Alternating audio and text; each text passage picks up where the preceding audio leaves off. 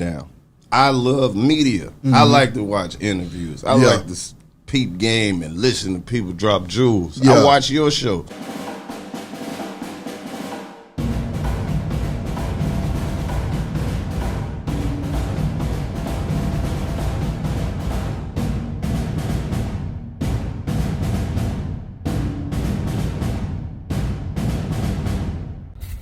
What up, Doe?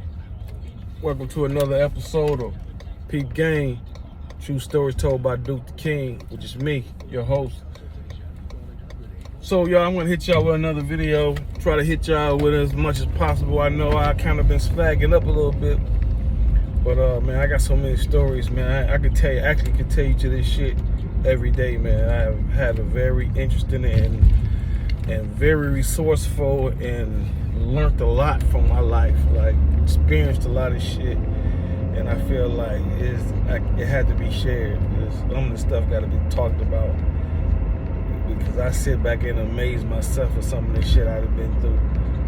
But I'm gonna go back to the hood, man. I'm gonna go back how I earned my respect in the neighborhood. You know, when you earn your respect in the neighborhood, you're usually good.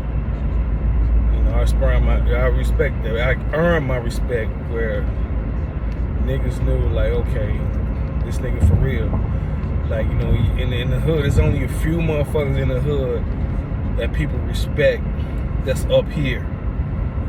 And I became one of them. I mean, it took time over the year. It just happened from this one incident, but this is when I started seeing people treat and talk to me different. And that's when I knew I had started gaining respect. Now let's go back, okay? I hung around with everybody who was older than me. I was the youngest nigga in the clique. Everybody was older than me. So I was always soaking up game.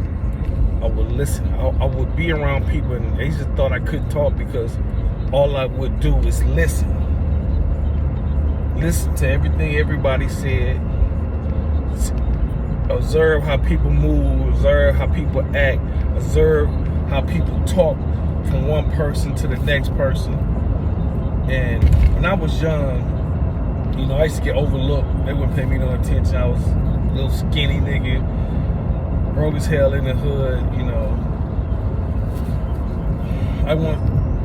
I wouldn't say that my family was broke, but my mom was a single mom, and she raised 4 kids by herself. How she did it, I don't know. I just know I call her Superwoman because we did it. We never was hungry. I mean, it's been some times, some of the lights got cut off a couple of times, you know. Phone bill constantly getting cut off. Struggling with bills here and there, but we always had a roof over our head, and we always had nice shit.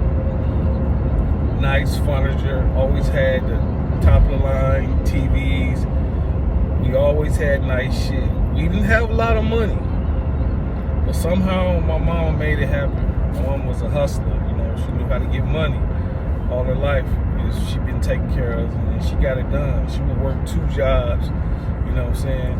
And on the side, my mom used to do hair. She used to do nails, braid hair. My mom would sell fruit cups or you know, freeze cups. You know, my mom always had a hustle. Always had a hustle. And on top, my mama was gorgeous. So men used to love her. Men would just come around and she could talk a man out of some money. I done seen her do it before. Let's talk a guy out of some money. You know what I'm saying? So anyway, I remember being in the hood. I was the youngest out of the crew. So I didn't get no respect. Like, they usually talk to me anyhow they want to talk to me. Me being, you know, young, little, skinny as hell, knew I couldn't beat none of these dudes fighting. You know, I used to be scared. They used to scare me sometimes, you know. I never was the one who would cry or none of that type of shit. But inside, I never told them I was scared. But I'd be inside, I'm scared. I'm pretty sure they know that I was scared sometimes. But like I said, I was 12, 13 when I really jumped off the porch. So, you know, be in the hood. Then I hung around with a crew that was around my age, but they were all older than me, but we all went to school together, and they had older brothers. Now, what I noticed about them was they were kids like me. They were older than me, but they were kids because we was close to the same age. But their older brothers had more game. Their older brothers was the one that had the money, had the cars, had the women, was selling dope. You know what I'm saying? Coming through with the fresh ass new forms and shit. You know what I'm saying? The new Jordans. Just the big gold chain ropes. I looked it up to their brothers. You know what I'm saying? And I just remember one day in the hood, you know, I used to get picked on, you know. If we in the hood playing, somebody want to wrestle, they always want to wrestle me because I'm the smallest one. They feel like they can do what they want. And they used to fuck me up, as you know, wrestle me and fuck me up and slam me and shit. Back hurting, leg hurting, arm hurting. Really too much shit I could do. You know, I never had an older brother who I could go to. You know, most of my homeboys, they had older brothers, so some people wouldn't mess with them because they know they had to deal with the older brother. But I didn't have an older brother. I was the oldest boy in the house. I had an older sister. So I was the oldest, so I didn't have an older brother to protect me. I had to learn how to protect myself. So anyway, I remember one day, man, we in the hood. I done hustled up and bought me a brand new outfit. I never forget, I had an all white shirt, maybe a white polo shirt, white polo shorts. I think I might have had on some white K-Swish or some shit like that. Yeah, some shit, man. I was just, you know what I'm saying, it was two chicks in the hood that everybody was trying to holler at. Everybody wanted to get with. And so I know one of them was named Sunshine. We used to call her Sunshine. She was bright yellow. I ain't gonna say her name because, you know, everything ain't for everybody to know, but she know who she is when I speak. So it was her and a girl named Tommy that lived in the hood. So I'm talking to them, you know, I'm thinking I'm looking good. So I'm all of them. We on the sidewalk talking. They complimenting me on my clothes and stuff. They're like, oh, you clean today? Because usually I'm a little, you know, I would never had on new clothes. It was always shit I'd had for a long time. So they complimented me on my new clothes, new haircut. I'm feeling like I'm looking fly and shit. So then we had the homie Peanut. Now Peanut was younger than me, but Peanut was bigger than me. So he looked it older and he was bigger than me. So he, you know, people always thought he was older than what he actually was, but he actually was younger. But he didn't, you know, he was in the hood. He was from the hood, don't get me wrong, but he always ventured out to other hoods and started claiming other hoods and shit like that. So, but we always knew him from the hood. So I'm talking to the chicks. Now he walking down the street, he drinking he got a big slushie, you know them big old cups of slush, red slushie, and so he walking down the street. I see him looking at me, walking toward me, smiling, and he always played jokes and, you know, did stupid shit. So I'm seeing him, I'm standing there, I'm thinking I'm fresh, I'm seeing him walking toward me while I'm talking to the girls.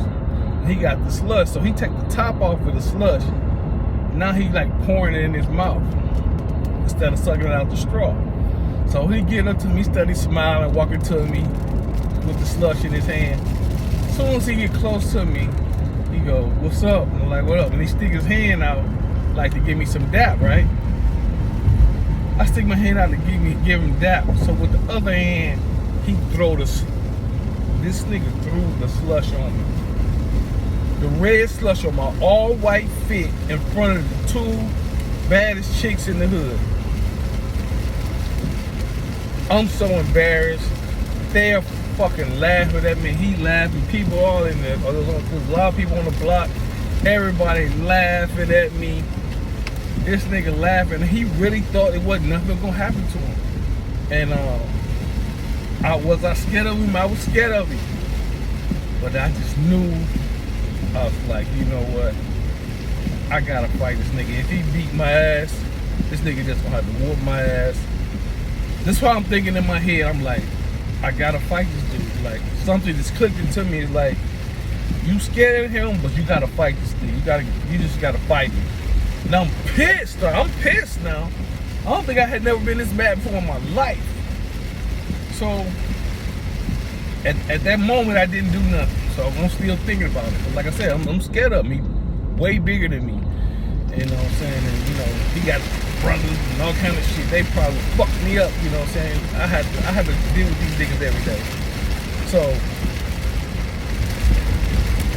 after he threw the slush on me and shit, so we went to my homeboy Kelsey. My homie Kelsey was 16 years old, right? Had his own house. Lives by himself, had his own house. Matter of fact, Kelsey was the first person that ever gave me my first sack of dope to sell. Anyway, so we all hung out at his house. We 16, around our age. I think at the time I was 13, 14. So Kelsey was always a little older than us, so he had his own crib. So we go over his crib. So Peanut, he go sit on the couch. He started playing a Nintendo. You know, we playing Nintendo games back then. So I'm sitting in the dining room. You know, dining room and living room kind of connected. You can see right through. So I'm sitting there. I'm thinking, looking at my outfit. I got an all white outfit with a big red stain on it. So I'm like, man, I gotta get this nigga back. So while he ended up playing the video game with his back towards me, I'm like, man, this nigga really don't got no. Nigga don't respect me. Nigga ain't scared of me. Ain't think I'm gonna do shit. So I started boiling some water on the kitchen, on the stove. I'm like, fuck it, I'm gonna boil this water and throw it on this nigga, right? This is the first thing come to mind. So while I'm doing that, he see me walking in there with the pot in my hand. He jump up and grab the lamp. Like, man, you throw that water in me, I swear to God, I'm gonna bust you with this motherfucking lamp, right? So I'm like, damn. So my nigga homie Kelsey like, oh hell no, nigga. Y'all take that shit outside. Y'all to go outside. Y'all just go outside and square up, nigga. You niggas fuck that shit. Y'all ain't finna do the shit in here. Go on outside. So everybody like, yeah, man, go on outside. Y'all just need to get fight and get it over with. So I'm like, all right, fuck it.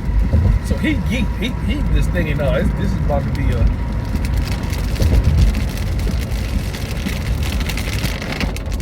All right, so we go outside. We outside. We squaring up. Everybody gathering around, you know. So boom, we start off. He coming. He like a grizzly bear, like a lion. How he roaring, talking shit to me, right? Like, yeah, I'm about to beat this nigga ass. So we squaring up, right? And I remember him swinging. He's swinging. Now, one thing I could do good, I was good at dodging punches. So every time he's swinging, I'm ducking. I'm going back. That's all I knew how to do was, because I didn't like getting hit. So all I used to do was just dodge punches. He can't hit me for nothing. I ain't even throwing no punches. I'm just dodging all his punches. I'm kind of scared. Like I said, I'm scared of him. So I don't know, man. I don't know where it came from. But he swung. I think he must have hit me, and it hurt it. And my first reaction was to just swing back hard as I could. And I swung back like an uppercut type of punch. And hit this nigga. And I didn't realize I hit him that hard. I hit him. And when I hit him, I seen this nigga eyes rolling in his head, right? So now I'm thinking like, oh, I done hit this nigga this hard. This nigga really finna fuck me up, right? Because this nigga finna be mad how hard I just hit him. So when I hit him, his eyes rolling in the back of his head. When he pretty straightened up his eyes, that nigga looked at me. When I tell you, that nigga went from the roaring king of the jungle lion to looking like a fucking kitten. A fucking newborn kitten walking around that can barely walk and learn how. I hit this nigga, I knocked all the toughness out of this nigga. Like, I bullshit you not. This is straight facts. And I seen the fear in his eye, right? The first time in my life, I seen the fear in somebody's eyes that were bigger than me, and I was fighting. So now I'm noticing, now I'm walking toward him. he's backing up. He ain't the aggressor no more. He backing up. He don't want, I guess he thinking, I don't want to get it. Then this little nigga can hit. I don't want to get hit like this again. So now I'm peeping it. So now I done gained some confidence. So I'm going at him, and he's steady backing up, and he don't know he's backing into the curb. He backing to the curb and tripping, fall. And while he falling, I'm boom, boom, just punching the shit out of him, right? This nigga fall in the grass by the sidewalk. I jump on him. Boom, boom, boom, boom, just beating his ass, going fucking crazy. Do you know this nigga curled up like a little ass baby, and this nigga is like twice my size, man. And they finally just like, man, they was like, get him. And they grabbed me, right? They pulled me off of him. So now I'm thinking, okay, right? Now this nigga finna be ready to fight. They didn't let him get up. And you know, this nigga got up and just started walking off. And everybody like, where you going? The nigga ain't even say nothing. The nigga just walked off and just left and went home, right? And I remember everybody was like, oh shit, oh, he just whooped his ass, right? And I'm still kind of in shock, right? I'm like, damn, I guess I did, right? You know what I'm saying? And I remember these niggas in the hood, they was from Detroit. A nigga named G, a little short nigga, right? They was the ones getting money in the hood. They niggas from Detroit used to always come to Flint, set up shop and be getting money, you know what I'm saying? A lot of times them niggas would make it, niggas from Flint, robbing them niggas or killing them niggas. So it was like, Detroit niggas was, usually didn't last too long. But these niggas were cool ass niggas, and so they came to the point where we like, we treated them niggas like they were from the hood, and they treated us like we was family. So, and I remember that nigga came up to me. He was a little nigga, right? Kind of like my size, but he was way older. And he was like, man, come on, walk to the store. Nigga, I'm finna buy you a 40. He like, man. He said, I'm gonna buy you a 40 because you beat that big nigga, and you wasn't scared of that big nigga. And you see how big niggas is, just because a nigga bigger than you, that don't mean shit. So you whooped that nigga, he said, come on, man, I'm finna take you to the store, man. I'm gonna buy you a beer, man. And from now on, man, don't ever let no nigga try to hold you, man. What that nigga did to you, that was some hoe ass shit. You gotta prove the niggas. This nigga give me so much game. To this day, I live by this shit. He's like, man, you can't let no motherfuckers just do you like that. You know what I'm saying? No matter what the cause, man, don't let no nigga disrespect you like that, man. Always stand up for yourself, man. If that mean you have to fight the biggest nigga in the room, you do it, right? This is what he telling me, right? I'm listening to every word. So you take me down to the store, you buy me a 40 ounce, all things 800, and give me $50, like here. And I'm like, damn, So now I'm like finally realizing, like, yo, this is what it's gonna take, right? So now it went from me being a nigga in the hood that, that everybody used to pick with, that was the one that they could wrestle with and do what they want to, right? To the point where niggas, I come to the hood, niggas going out their way to come with me, giving me dap. Every now and then you still have a motherfucker act like they want to try me, It ain't like I just, at that point, motherfucker was like, oh, this nigga hard, They probably thought, well, maybe this nigga had luck that day. So I was still getting motherfuckers trying me, and every time, man, I would fight. I didn't lose a lot of fights. I think the shock would fuck niggas up because I was a little nigga, little handsome nigga. So, the niggas probably thought I was a little pretty boy and wasn't gonna, couldn't fight or like. But the one thing about that, I used to like when people do that though. I used to like when people used to underestimate me and think that they could do what they want to do to me because of how I look, or because I looked as soft to them. You know what I'm saying? I used to get a thrill out of the shock. Or like if they say something out of line to them, and I'll be like, nigga, nigga, fuck you, nigga. You ain't gonna do shit to me, nigga. Like, oh, that nigga talking shit back. They be like, damn, okay. Most niggas be like, okay, this little nigga ain't scared. So you still have the niggas who would try me, and the niggas who would try me, I would beat their ass. And because one thing I did, and so then in my neighborhood we had a place called Bursting Fieldhouse, right? And they used to have basketball. We used to go to, it was a community center, like a community gym. So I had 2 gyms. The one gym we played basketball, other gym was gymnastics. And upstairs they had tap dancing school. In the basement they had the weightlifting, and they had the boxing. This is where Clarissa Shields, the women's champion, learned how to box. This was before her though. You know, she's younger than them, but the boxing. So one of my homeboys, he used to go down there and train boxing. So I used to see him down there training. So I started going with him. So I started getting trained on boxing.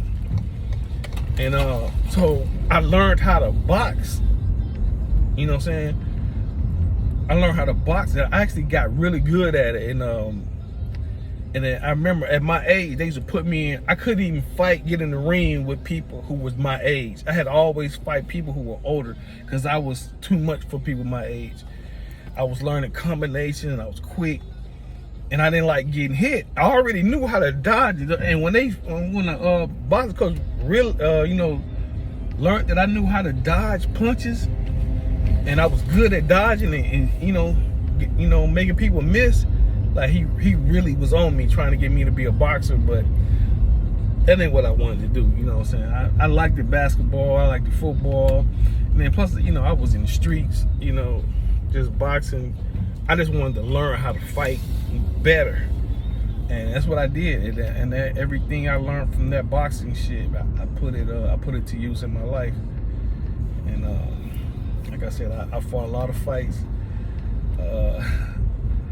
I lost some, but I guarantee you that the ones I lost, I still, even the fights I did lose, the person that I fought, and I would say they won. If they won the fight, I never had to fight them again. They never fucked with me no more though, because they knew I was gonna fight back. And you might have beat me this time, but you like, yeah, that little nigga can fight. So, I mean, I just had to prove myself so many times. So, I could go on with stories and more. I'm just gonna leave it at that one. I'm gonna save the other stories for another video. But yeah, man, that's how I gained respect in the hood, man. When me and Peanut got in the fight, yeah, man. So, that's just a small little tales from the hood. So, all right, y'all. So just back to your regular schedule program. Thanks for joining in. Remember, like, subscribe, and share, and I'm gonna keep giving y'all these jewels. I know a lot of people can relate, so hey, I'm gonna keep bringing. I got more. I got thousands of them, man. Some of the things I want to tell y'all, I don't even know if I should tell y'all. Like, some of these things is probably too advanced or too much for the ear. So, but we'll see. All right, man. Peace.